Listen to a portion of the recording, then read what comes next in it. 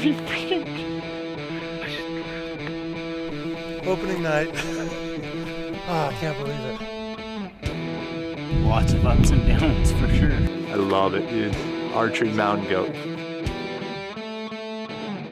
Hey, I'm Kendall. This is Brad. We're with BlackOvis, and we had the idea to ring up Jason Phelps, a good friend of ours, and because as you look across all the different diaphragm calls that Phelps makes, one started scratching their head a little bit and wondering what the heck do each of these calls do and why so many calls.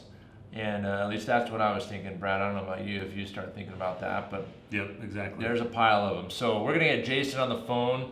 We're on the Zoom, which is key for this time of the year, as he's getting ready to go on his elk hunts. So we want to just break down each call, talk about the Bugle Tubes, and just also get a feel for what Jason's been up to. So we're gonna ring him up and hope you enjoy this conversation and what we're gonna kind of unveil as far as why he built each one of these diaphragms. Hey man, it's good to see you, and I'm psyched to hear about like how your season goes. Wanted to go over, so the idea for this came about, I was actually out in the warehouse helping do a put away, and I was looking at all the different calls. Like I really like the Pitch Black series. Personally, that's kind of the ones that I've gravitated towards. I also use a couple of the other amp models. I like the gray, which is, I don't think it's the signature call. It's funny because I know I'm buying. Love the gray was. Love the gray, and then I actually like the bright orange, and then the pitch black. But I was looking at all the different calls, and as I was putting them away, and we were helping out in the warehouse, I thought, man, it would be interesting to find out from your perspective the why behind each call, as well as like what it is that makes, without giving away the secret sauce, what it is that makes each call unique. Yeah. So I want to go over each of the diaphragm calls. We'll kind of just spend maybe like a minute on each call, maybe less. Do I have a second to grab have you guys seen my call matrix that we kind of originally built a couple years ago? That image is super rad. Do you have, in fact, I thought it was published on your website for a while, or? It is, and I can send you a copy of that. And then that we have some like 3x2 vinyl banners. And my reasoning behind that was, a lot of the bow shop owners, they're good bow tuners, they're good bow shop guys, but they can't explain the calls as good as we can. So we developed that matrix for all these, smaller, bow shops to hang, and then that way somebody can make an educated decision based on, or what they may have used in the past or what they think they are. Yeah, that matrix is I know it's coming from a guy that loves like numbers and statistics, and you're an engineer by trade. Yeah. You're probably thinking like, how can I scale this so it's basically taking all the information. That matrix is just a really good visual for where does this call land within the tone. Is it tone and then like range or? So we ended up doing thickness of latex and stretch on the two axes, and then between that we went like with kind of some waves that said like, all right, beginner, intermediate, advanced, but then also say like, each of the next one, like deep cow, older bull type sounds. And so we tried to give as much information as we could in a somewhat, streamlined fashion on that matrix. Okay. So that begs a couple questions. Number one, how does the thickness and the stretch change the tone of a diaphragm call? Talk to me about that. Okay. So I'll give you kind of the overview, but then the combination of the two kind of changes what I'm going to tell you. So there's kind of the general consensus of what these things do and change. So the looser the latex, the easier it's going to be to get sound, but it's going to break over really quick. You're not going to be able to put a whole lot of air behind it because that latex isn't stretched tight enough. It's going to it's going to basically break out. It's not going to have enough backbone to put a lot of air across. What do you mean break over? Sorry, I'm trying to get as simple as possible for some of our customers. Okay, yeah. What does break over mean? So does that mean? I think I know what it means, but I'd like. So everybody's. Yeah. So let's just imagine like most people are probably most familiar with latex gloves or latex balloons. So if you had a balloon, cut it open, and you held it with no stretch, just sitting there loose, like it wouldn't take very much pressure to push that thing way up. You know, if you're just holding it lax and somebody else had another hand, they could push that balloon way up, and that latex is going to go up and kind of hit your mouth fairly easy. Right. Now, if I take that latex and stretch it, 12 inches wide, and now somebody goes to push on it, there's a lot more, that latex is now pushing back. It resists that force a lot more. And so that's basically what we're doing with our tongue against that latex. If I stretch that latex tighter inside that frame before I crimp it and lock it into place, we've now got a call that can resist your tongue pressure, air pressure a lot more versus that looser call. If I stretch it loose, yeah, it's easy to make a sound, just like it's easy to push, with your finger holding that balloon. But what happens is you can over push it really quick because we've only got so much room inside your mouth and inside that frame to let that latex stretch. Gotcha. So the looser it is, the more forgiving it would be for a new caller. Yeah, to a point. But when the other, we're going to dive way off in the weeds here. I don't want to go that far. But a new caller, they may not be trained enough that the new caller might just go right to hammering down on the latex. So new caller doesn't necessarily mean that the lighter end, the orange and the black amps are the call for them. Those are typically easier for people to get sounds out of. But new caller and the way they call doesn't necessarily always jive. Gotcha. So that's you just touched on something that I think is kind of interesting. A new caller would probably be more inclined to those particular calls, but one of the things you said was new callers typically will, I guess, push on the latex too hard, too fast. They don't have kind of that potentially. It's almost control, like the finesse. Is it like when you kind of learn to drive a stick and then like you let out the clutch way too fast, and so instead of like easing out, that kind of thing. Yeah, I think once if somebody's able to pick it all up eventually, like that would make sense. Like, all right, the orange and black are easier. Once I can control that latex and put some just little bits of air across it and a little bit of tongue pressure, those are easier to light up. But that new color, that's where it gets kind of tough, and that's why we recommend to new callers, like pick one up, like maybe the black amp, and then pick one up on the other end, maybe the gray or the white. And then that way we can really get a good idea, if you prefer one or the other, what type of caller you are, and we can point them in the right direction. Gotcha.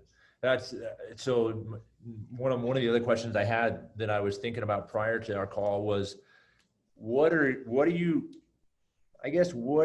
mistakes do new elk hunters make when they first start using the calls? Is that I'm talking diaphragm calls.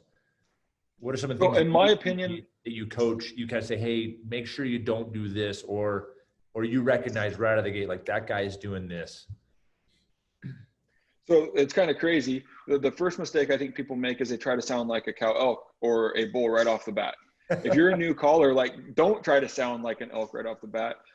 There's like a hierarchy of, a protocol, like let's start here. And so I think, first of all, a lot of people need to make sure that they can get that call sealed off and they don't have all the air sputtering by, they don't have all the blow by, because it's really going to create a lot of difficulty learning how to do anything else.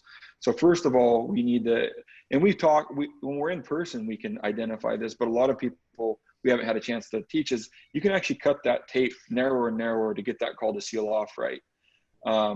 Until that, if it's hitting your teeth, if it's hitting the side of your palate, it starts to fold that tape up in weird directions and angles, and really lets a lot of air slip by.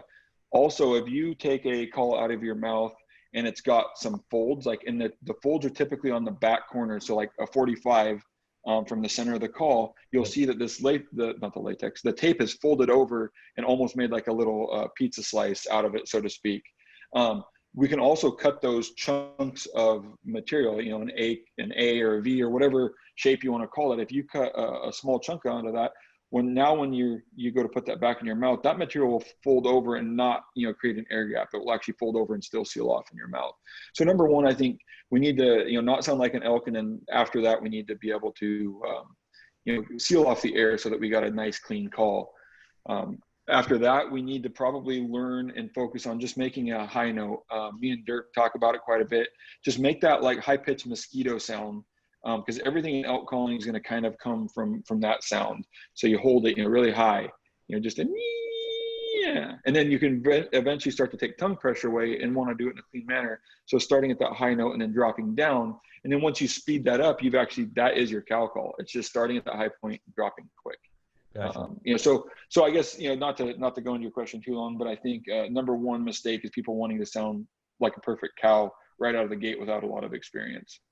Gotcha. Now then, that's one of the things you said about cutting the tape. I think a lot of guys think that the way the call comes is the perfect size of the tape. Like my mouth, for example, and I, not a lot of people do this, but I had someone take a picture of like what the roof of my mouth looks. Mine's narrower and really. Yeah. So I actually found an old Primo's call, and I actually cut the tape. And I have this one just sitting here, and I cut the tape to match it. And so a lot less tape actually helps me seal off better. And I'm not that great of an elk caller, but I can tell a big difference between the air, kind of the tape not sealing and the air just sliding through to like cutting the tape. So, and I've screwed it up where I've cut them too narrow, and then I'm like, God darn it. And that's one thing I wanted to caution is just a little bit at a time. We can always keep cutting, but you can't get the tape back on there. So when I say cut them narrower, I'm talking like less than a 16th of a slice, and just work your way in. And there are some people that have just struggled with elk calling for years and years and years and years and just can't get it. And we'll be at like a sportsman show, and I'm like, this is, your call's dry. I'll give you my scissors, but I want you to cut basically on these two lines. And just like that, they're a completely different elk caller. Yeah. So it does matter that much, and now the frames, I wouldn't mess with the latex. Don't bend the latex, the frames, all that stuff around. But the tape, we've got all the real estate, and it's going to be fine until you cut so much that you can't get a seal. That's the one. You can't get the tape back. But as long as you're taking little chunks, eventually it's going to get better. Yeah, and it's not necessarily always just the side. Sometimes the back of it. I do both. I do a little bit on the sides, and then kind of like bow it out so we can kind of shave the side a little bit, kind of make a bulge, and I dip in, and then the top just a hair. And I've kind of found, I've probably gone through, I've probably torched about 5 or 6 calls that I cut too tight, learn, and it's like, that keeps you in business, right? Yeah. Let's rewind that. Everybody cut all your tape off and then reorder from BlackOvis or from just buy 4 at a time and then cut 2. So the other question I wanted to ask you is like, what, as you start the call, and we're going to dive into each one of these calls here next, but as you make new calls, why is it that you're adding new calls to the mix? It seems like after a while you would have the right stretch, the right thickness, and either the dome, the sonic dome, or just a flat. At some point, it seems like you would reach, okay, we've covered all our bases. Why is it that you create yet another call, and you kind of seem to keep coming out with different calls? Is it, tell me kind of what the thought process is, or what you're finding that causes you to create yet another diaphragm call? Yeah, and so we're to the point now where the Pitch Black came out 2 years ago, kind of a late release, and we haven't designed a new call really in the last year and a half. And the marketing side of my brain says this is really bad. Wants to build the best call possible. I'm not necessarily any more SKUs or any more models, because I know, and we'll get to these in a little bit, like the orange on the light range all the way up to the Smith Signature on the heavy range, I can't do anything outside of that anymore. And so really the reason the Pitch Black came along is I was finally able with my latex manufacturer to develop a new kind of a jet black, pure black latex. And the properties of the pigment being added was what made that latex different than anything else we had. We had got black before, but it was always kind of an ashy gray. It still kind of matched into what the natural latex was doing, but the pigment itself actually changed some of the properties. So like on the Pitch Black, for instance, just like you said, I started using it more and more. It is super resilient to like absorbing any moisture. So that call, when I put it in my mouth first thing in the morning versus 3 hours into a call-in with a bull that's just not cooperating and doesn't want to come into my setup, right, that call still sounds the same. Or even I'll use my own call, for example, the Pink Signature. I love that call. It does everything perfect for me. But if I've got to keep that thing in my cheek or in my mouth for 2 or 3 hours, the latex pigment and the nature of that latex actually starts to affect the performance of that call. It does. It kind of starts to waterlog, for lack of a better word. That latex will turn heavy, milky white, and it just starts to kind of get dead on bugles and stuff, which isn't the end of the world in most situations, but there are times where like it's just not where I want. So to get back to your question on, so we've only got so big of a range to design calls that actually work and sound like an elk. So we've got a lower limit, which is thinness and stretch on your latex, and then you've got an upper limit where the call just gets too dang tough for anybody to use. And we've got to kind of work between those bounds. And then, as I mentioned at the very beginning, we can take different thicknesses and stretches, and then you start to get different stuff out of it. So you can take a thin piece, stretch it really tight, or take a thin piece and stretch it really loose and get two different calls. And you do that all the way through the thicknesses. And what you end up doing is you kind of get you start at a point where it has to work, and then you get to a range, and really in the middle range, we got some pretty good stretch, variants. We can stretch it, like an 004 really thin. We can stretch an 004 really loose, or we can stretch an 004 really tight and still sound like an elk, but get kind of a call that reacts completely different inside your mouth. And then as we get kind of towards the Smith signature end, where it's really, really tight, we're kind of forced to kind of come back to just one stretch that really works. That's super. So we're playing with all of these combinations of latex thickness, how tight we're going to stretch the latex both side to side and front to back, and then the color of the pigment in the latex actually affects some of its usability. And that might be, I don't know if, from my mind gets spinning when you talk about the pigment and changing that, because that might be the I guess the next step is when technology or product innovation could change, eventually down the road, differences in what I mean, I didn't think the latex world was that complex, but it sounds like it is.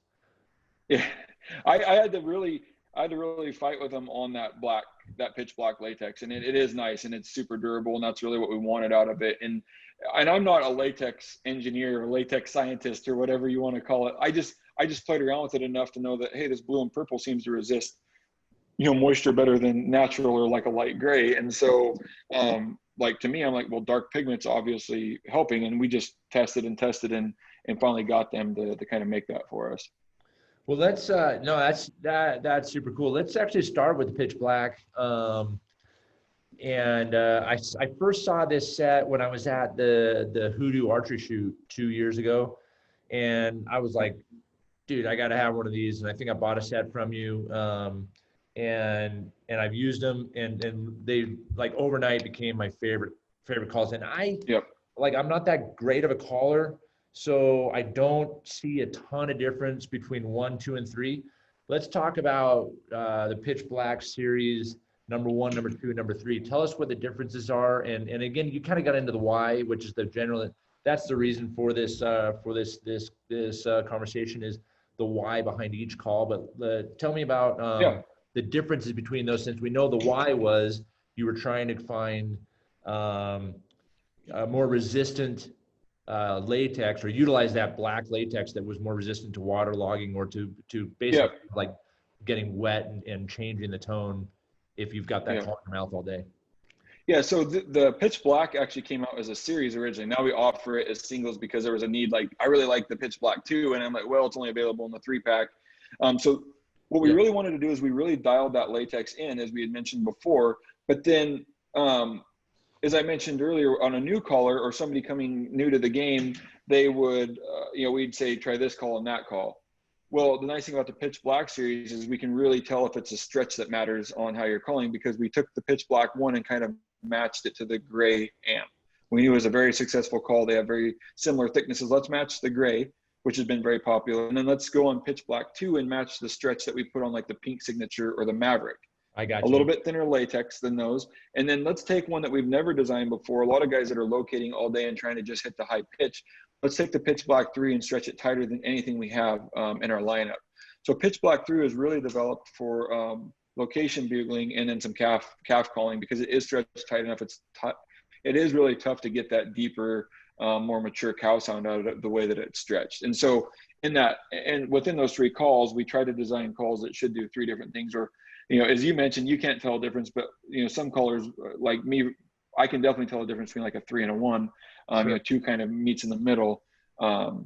So But yeah, that's how the pitch black, and those are the newest calls to our series, is that pitch black series. And that 3 sounds like it'd almost be ideal for, because sometimes like as I've hunted elk more and more, and I feel a little more comfortable calling, I feel like a lot of the bugles though that I guess an entry level elk hunter is going to make is going to be more cow calf, and really kind of that general raghorn like bugle that's like, hey, what's up, like anyone out there, instead of the challenge and the more aggressive bugling that you might use the pitch black 2 with, or the pitch black 1. Okay, we're back. So did you catch that last little bit? I caught bits and pieces till it kind of went out there, but yeah, I kind of got your spiel on new callers and what they're looking for. And yeah, it seems like that the 3 might be a little more ideal for what most inexperienced callers are doing all day, which is cow calf and that just high pitch locator. Yep. As long as they can control that tighter stretch, it will most likely, help them. Now, if they're trying to make just those perfect cow sounds, it may be a little too tight for them to have that much control over the latex. So that's why, you try to do like beginner versus advanced, but it's just my best guess. And you kind of just throw all of these into a hat, what's going to work. And I hate being like a used car salesman, but really the only way to know is to try a few of them out, and maybe look at the matrix and try to pick ones at both ends and maybe a couple in the middle. I would say on that matrix, so most people gravitate towards that middle where the gray, the pink, the maverick, the pitch black 2, all kind of live in there. That just kind of seems to be the consensus on the most popular calls where people end up. Gotcha. Well, let's then dive into the gray one. You just mentioned the gray. Yeah. This is the amp gray. It says mature cow, large bull. And like I said, this is the one I really like. And I don't know why I like it, but it seems to work well for me. And I think it's probably, if I can interject a little bit, like we sell a lot of boots on BlackOvis, and sometimes it's the same thing with boots. Like what you like, I know you like the Brickstall SF. Like we could have similar feet, and your feet like a particular boot, my feet like a different boot. I think, could you say the same thing for calls? Sometimes guys are like, I have the same mouth structure, but I just like this call because of either experience or finesse, whatever the case may be. Yep. And I'll give you a little history behiund the gray and why it's still our most popular and best-selling call in the lineup. Like me and Dirk's marketing still can't.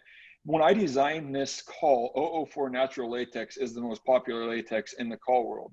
So I designed the entire amp frame that all these other calls are built off using the latex and the stretch that's used in that call. Gotcha. So it's kind of, they were married up from the very beginning to be kind of what I thought was the perfect combination as I was developing that frame. So so it's a gray with a natural latex color. Yep. And how long has that one been the best seller? Ever since we started, like no matter what marketing me and Dirk do, the pink versus the red, the coming out with the pitch black, no matter what we can do, we can't outsell that gray. And I think it just comes off of, as Kendall mentioned, that people get so comfortable with that call, and it's just kind of like the best fit for the most amount of people. And so it's kind of every year they just gravitate back to it. Cool. Well, let's go to so we got the black amp right here. It's got red latex, and it says medium cow, calf, raghorn bull. That's this guy right here. So the black is a very, very good seller. The black is what we recommend to a lot of new callers just getting into it. It's very easy to make noise. It's very, very easy to control and get sounds out of it. The reason we recommend that over the orange has the even thinner latex and less stretch, but this one allows the user to start being able to bugle. If you try to bugle on that orange call for very long, it's not built to hold up to that. It's going to stretch very quick. So the orange is great for calf and cow only when you're not going to push that call to its limits. But when you get to the black, you're now to a call that's a little more resilient. It can handle some bugles, make sounds really easy. And so the black is a very, very good call, very popular call too. Gotcha. So the orange one's the next one Brad has right here. It says light calf, cow, immature bull. You're basically saying when you blow that, when you're really trying to make a lot of like bugling bull sounds, this one, the latex basically won't hold up. It's not built for that higher, that deep tone pressure. Can't hot rod it. Yeah, nope. That one's cow calf only. You can bugle on it in a pinch, but just know it's not built for that, and it's going to wear out fairly quickly. Gotcha. Do you find the guys that do try and bugle with that get an inconsistent like sound because it does wear out? I mean, not wear out, but it just kind of craps out a little bit. Yeah, they can, but then there's some guys that are amazing buglers, and that's all they use. So that's why there's no like rhyme or reason to what works for everybody. Even though that's my general, I get to talk to enough people that use it to know like the majority of people shouldn't. But then there's always the anomaly or two that just like, wow, they sound awesome. They sound like the biggest bull in the woods using the orange, and I'm like, well, it doesn't make sense, but I see it with my own eyes. So it obviously works, and that's just where it's so hard as being the guy to recommend calls. I just do my best to give you like the main consensus, and then hopefully it works. Yeah. All right. Next one we've got is the amp, the white one. This has a black. This has black latex. Is this the same latex that's in the pitch black? No, we've kind of migrated to that. They're able to build it thicker, but the white has a thicker black latex than the pitch black. Okay. It was our original series. It's stretched fairly loose, but has a really heavy latex. That call produces really, really deep, rich cow sounds and really, really big bugles if you've got enough lungs to get that call to break over to bugle. Some guys and gals, that call is just too much. Yeah, it says mature cow and herd bull on the packaging.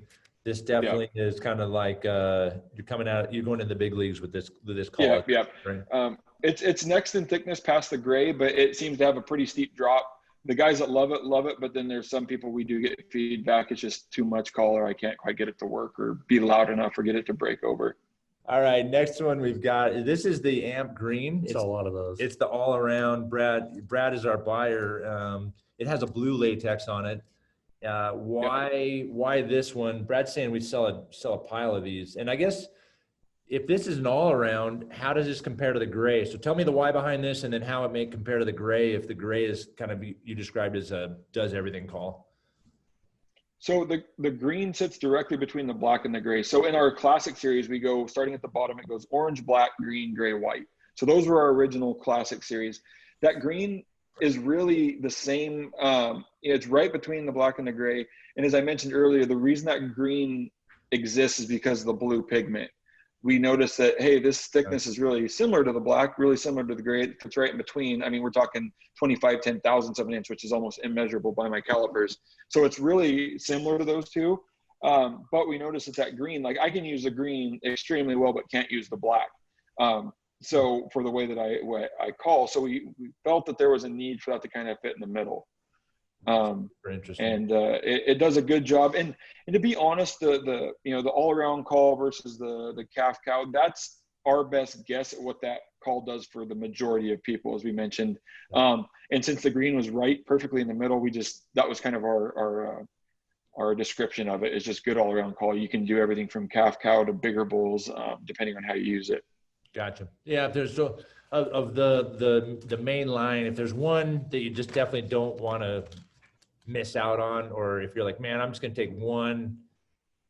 I don't know. It's not like these are heavy, so it's not like you're like, I'm saving weight. Yeah. It's the green. It sounds like green or gray, probably. Yeah, green or gray. Like I said, gray is the best seller. I think green or gray. That one call that does it all. Would be one of those two for you. Gotcha. So I want to talk about the signature. You got 3 signature calls.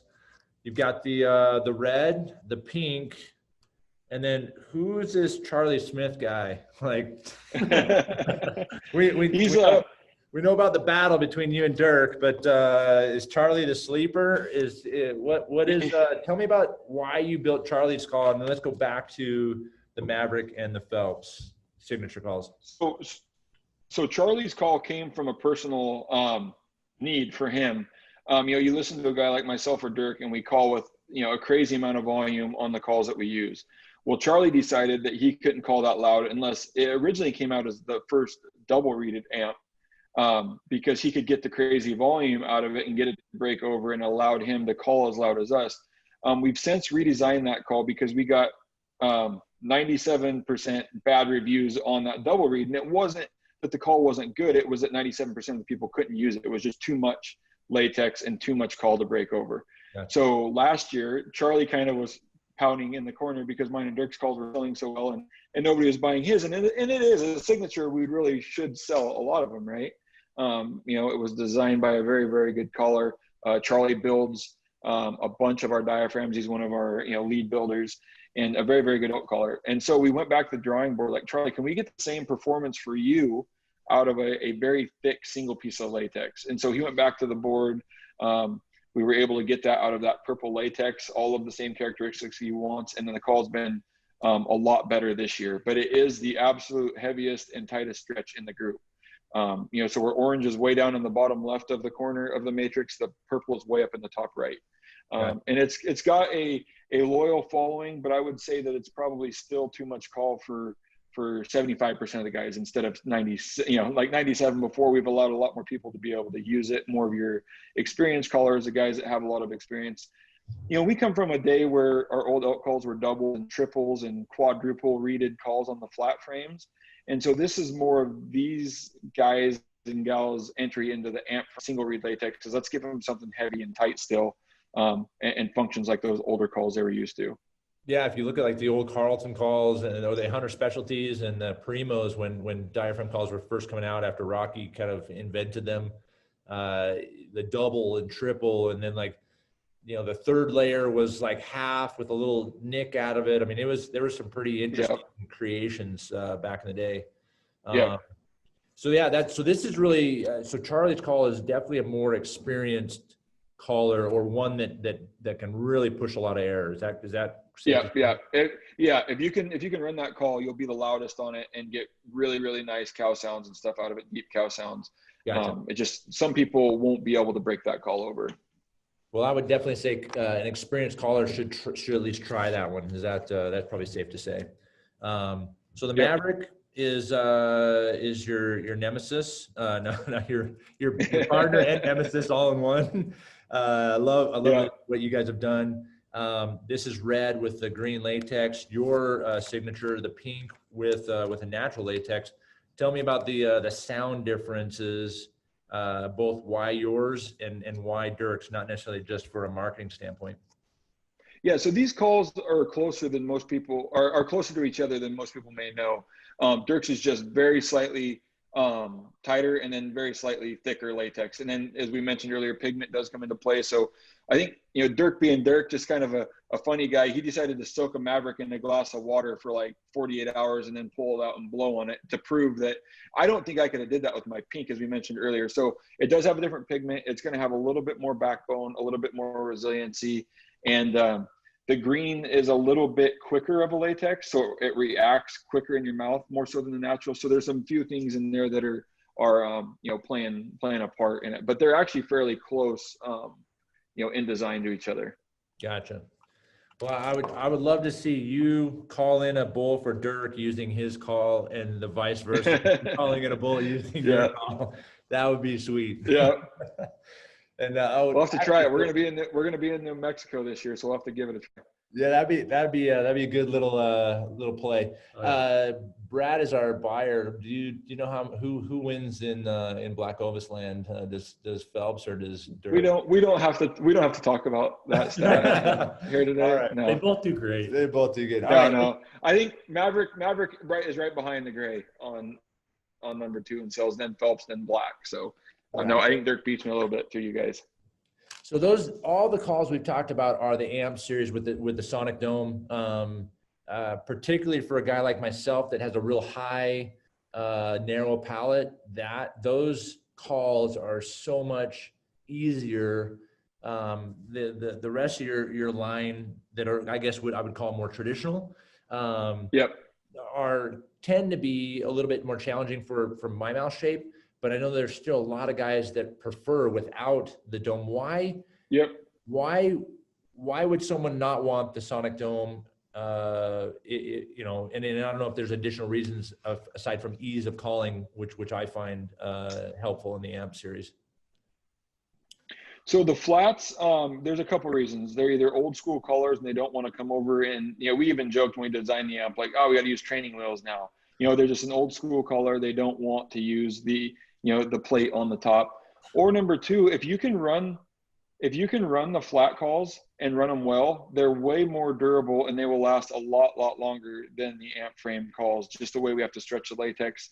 You've got double and triple, layers of latex kind of resisting, and they don't really stretch out as much. So that's kind of some reasons. In my opinion, 95% of the people will, they would want the amp frame over, say, the flat frame, but the guys that can run those flat frames are dang good, and they can get a lot of life out of them. Okay. It's tough to design a call that's good at everything on a flat frame. We've really got to kind of, when we sit down to design it or build it, it's like, all right, we're going after a good cow sound here, or we're going after a good, bugle here, but it's really tough to kind of get a call that spans all of that. And that's why you start to see us put doubles and triple reeds, starting to cut the latex on the top just to kind of add some reinforcement, but still let that single reed do all the playing. And it's the reason you see on a lot of our flat traditional style calls, we've got cuts and chunks out of everything. And it kind of let me be, kind of meet in the middle between like the amp series and then the old school, the triples and doubles used to just be straight with no cuts. Right. Yeah. So to that, on that note, I've got in front of me, let's just go call by call, and you just tell me. So I'm looking at 1, 2, 3, 4, 5, 6, 7, 8 calls in this series, the Elk series.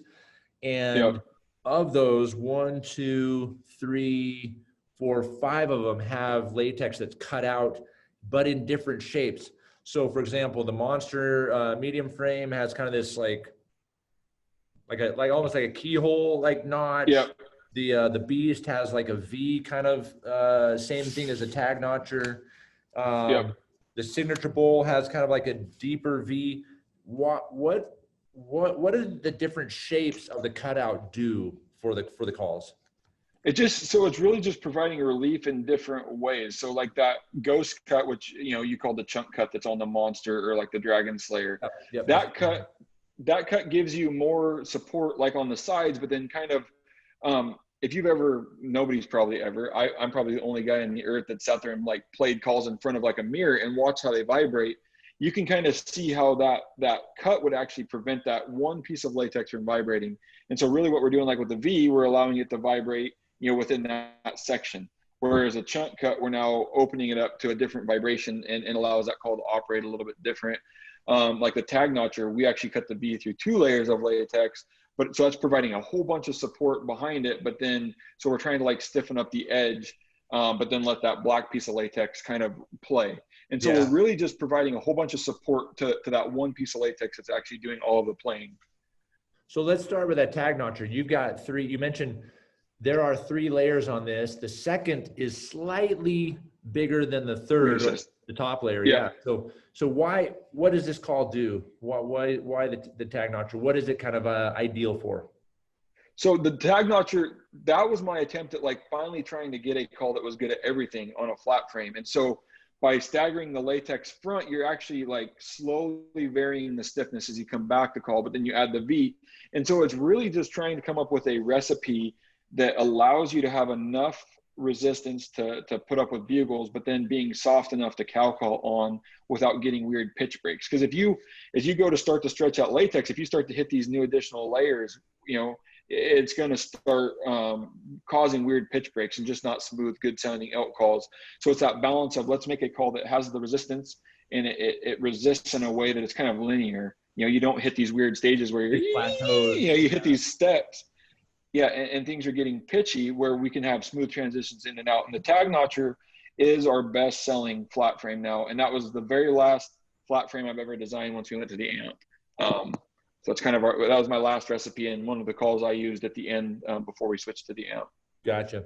So the other couple that have a notch out of them, the Signature Bowl, it looks like a 2-layer with a V cut in the middle. Yep.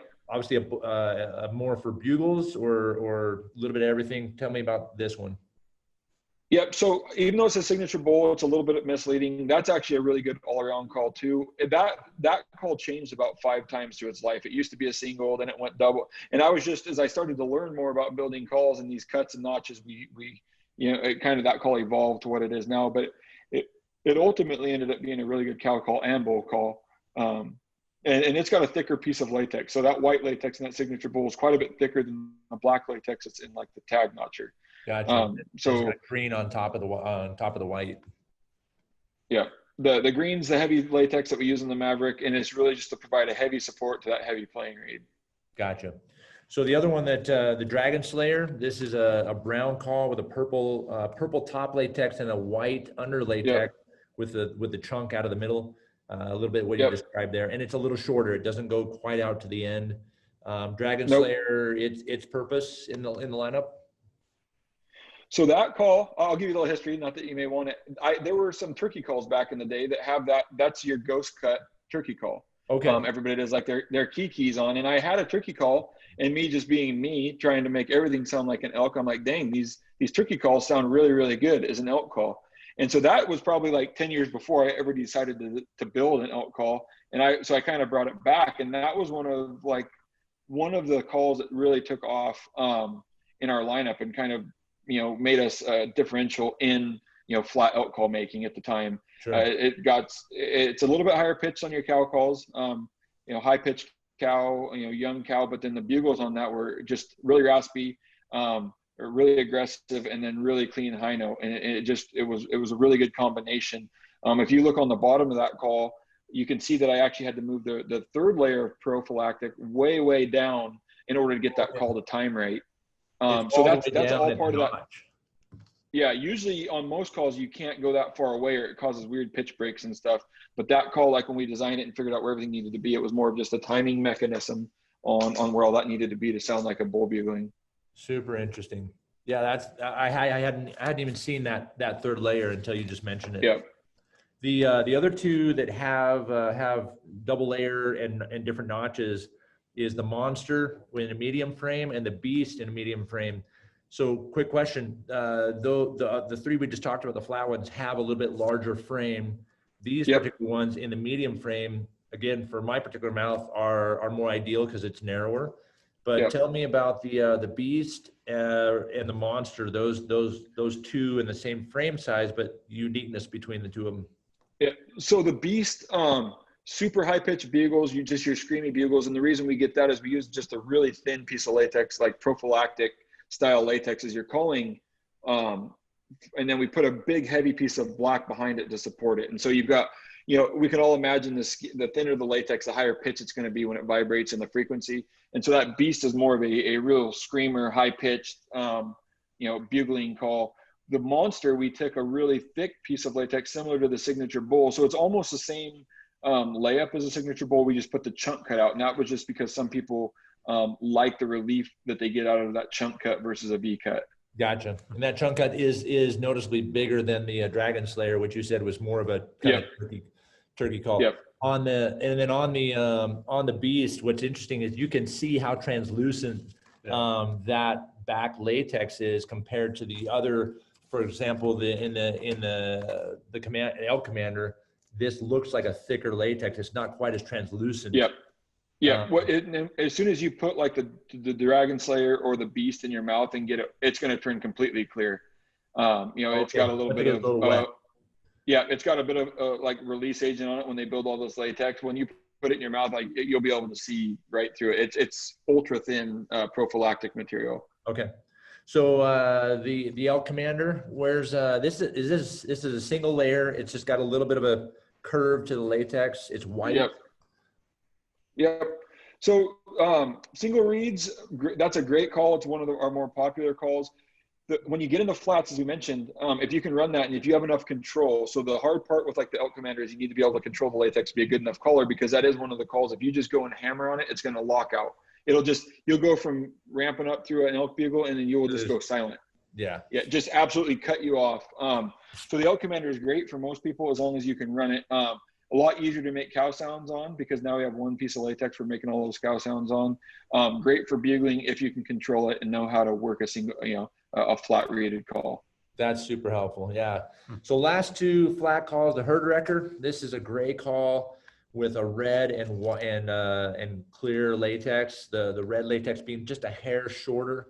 Yeah. Talk to me about how this performs and the why behind this one. That's the big dog. So by taking no cuts out of it, that call, you can really push on it. You can get a ton of air on it. Even like the Tagnon or the Dragon Slayer that are triple reed layups, like this herd wrecker is a lot more because there's no cuts out of any of the layers.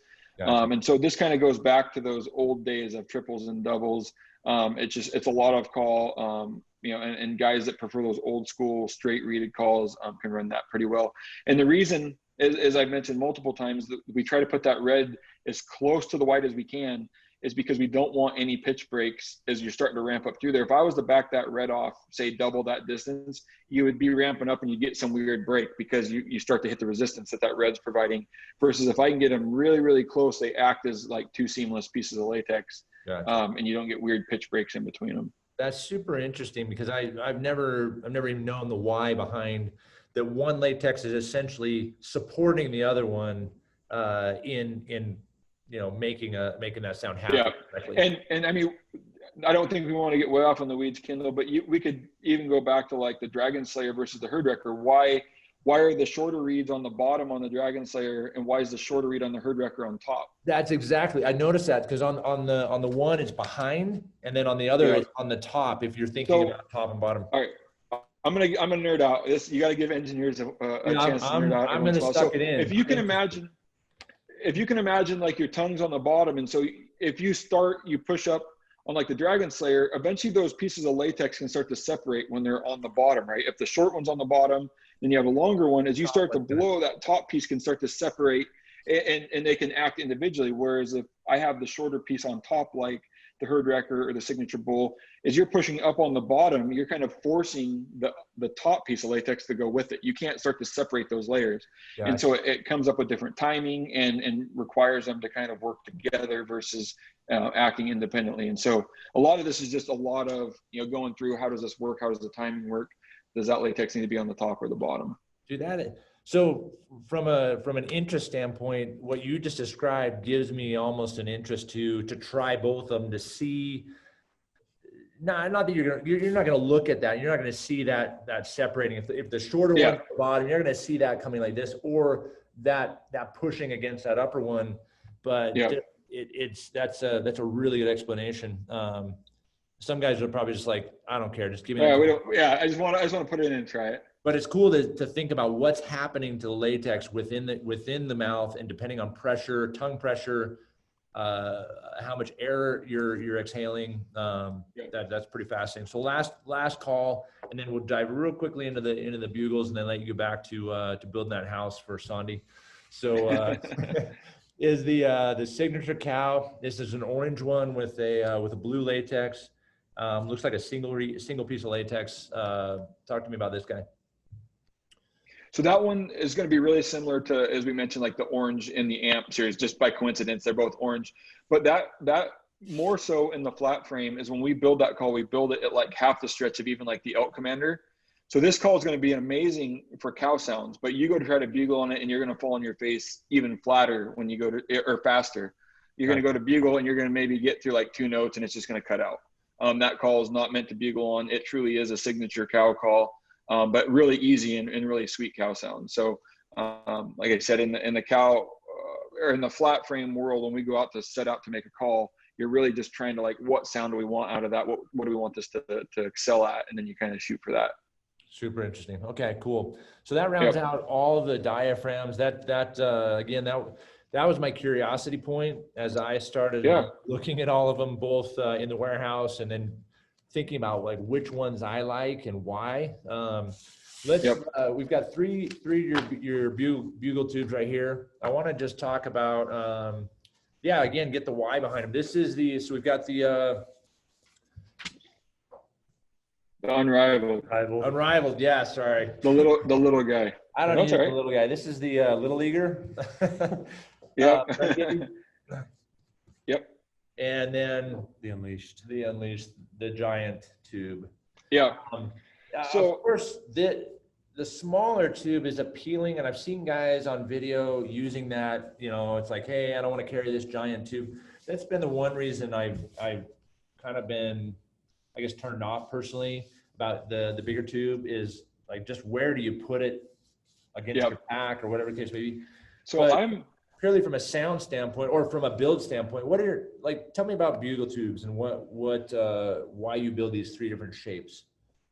So the Unrivaled is really, I mean, I can make that thing sound almost as good as the Unleashed, but I would say 90% of the guys that don't have the lung capacity that I can, those bigger tubes have some amazing back pressure. And if you hold up like the end, the exhaust into that tube, and we can show how it's cut. When I go to design a tube, I'm really designing the back pressure that tube's going to have. And so what's crazy is common sense says you should have to put less air through that little tube, right? It's smaller. Right. It doesn't take as much air, but in reality, that little tube probably takes me twice as much air as that either of those bigger tubes you're holding on to. And that all has to do with like that back pressure node. Just having to fill so you up basically, the tube first, right? Yeah.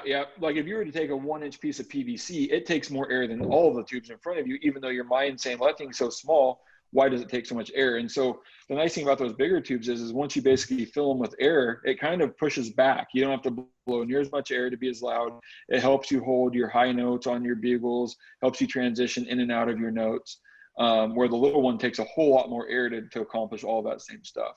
That's super interesting.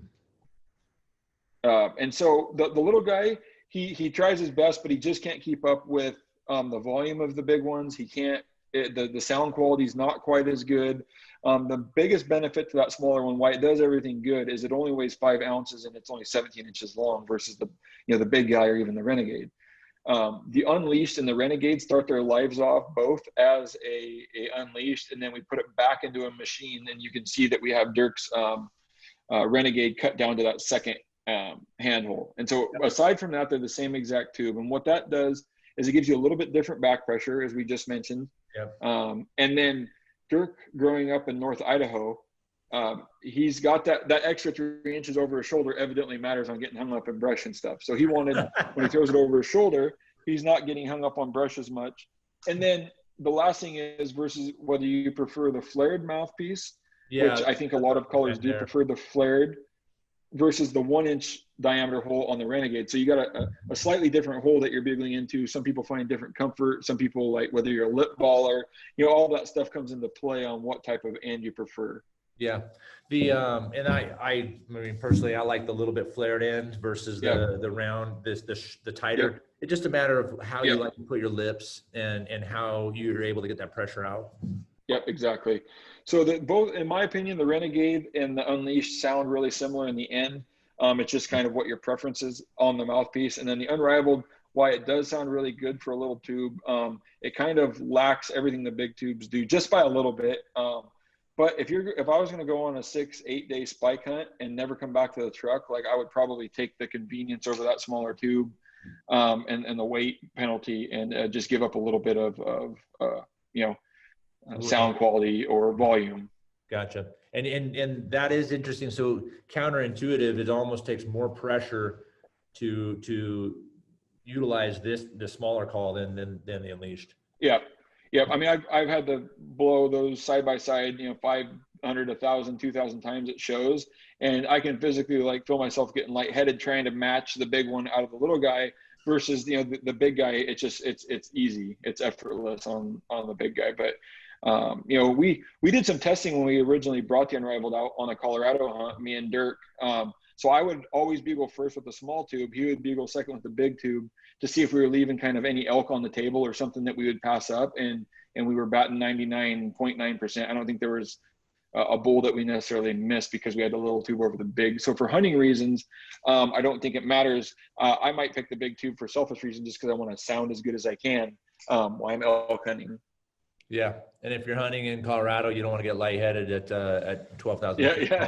Yeah. That's so that one last question on bugles. I've seen guys take like rubber bands and put them at certain areas along the tube. This tube has about 4 inches, 3.5 inches, and then a little bit of a divot comes back out, has another divot. What would be the advantage for guys to either put pressure on the tube at certain areas and or these divots and such, creating like different micro back pressure zones? Or so the reason for the corrugations is what we divots or corrugations is really to add structure to that tube, because when we used to use flat bat tubes, you can squish them really easy because they're all one dimension, but just like a piece of tin. Like tin, the reason we put all these corrugations in like a normal piece of tin is because that makes it way stronger just by adding those corrugations. If that was like a flat piece of tin, it would bend and warp. And so you're just adding structure. And so I wanted to keep those tubes light, but then add some structure so that it was a solid tube.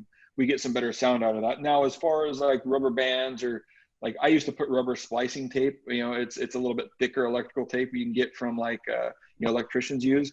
We designed this tube to not have to use any of that, but if you're wanting to deaden up maybe not have such a high ringing tone, you can start to add that in those depressions. And really all you're doing is trying to steal some of the vibration that tube's making, the resonance that tube's putting off. And so, I mean, not to tell everybody not to knick-knack, I built a million Frankenstein Bugle Tubes back in the day. So, I mean, by all means, go play with them. But I think for 99% of the guys, like this tube, we've got it dialed close enough for most people. Gotcha. But if you're a tinker, then by all means, dip it in Plasti Dip or spray sound deadener on it, whatever you want, and kind of come up with your own sound. So tinker away, right? Sometimes you can't help but just kind of smile and laugh and say, okay. No, it's fun. I mean, people send me, their renditions of our stuff all the time. It's cool that people take that much. They have a passion, just like I do, to build these things, to tweak them and modify them. So by all means, do it. Wow. Sweet. Brad, any last questions for Jason? I think, No, not really. Man, I appreciate you hopping on. I know you're busy, you're getting ready. It's go time here in a couple of days. You'll be heading off into the woods. It is. So, start chasing them around. Yeah, man. I wish you all the success this year. Looking forward to seeing on social what you put down. We love BlackOvis. We love selling your calls. We a lot of us use them, and we've been glad to be partners with you over the last year. We really appreciate the support. You guys have been a great vendor to us, and do awesome. So we appreciate all your guys' support as well. Okay, man. Well, tell Charlie and the crew. Tell Sandy I said hi. Sandy I said hi. Will do. And good luck. Good luck this season. Yeah. We'll catch up on the backside. Sounds good. Cool. All right. Yeah, take care. See ya. Bye.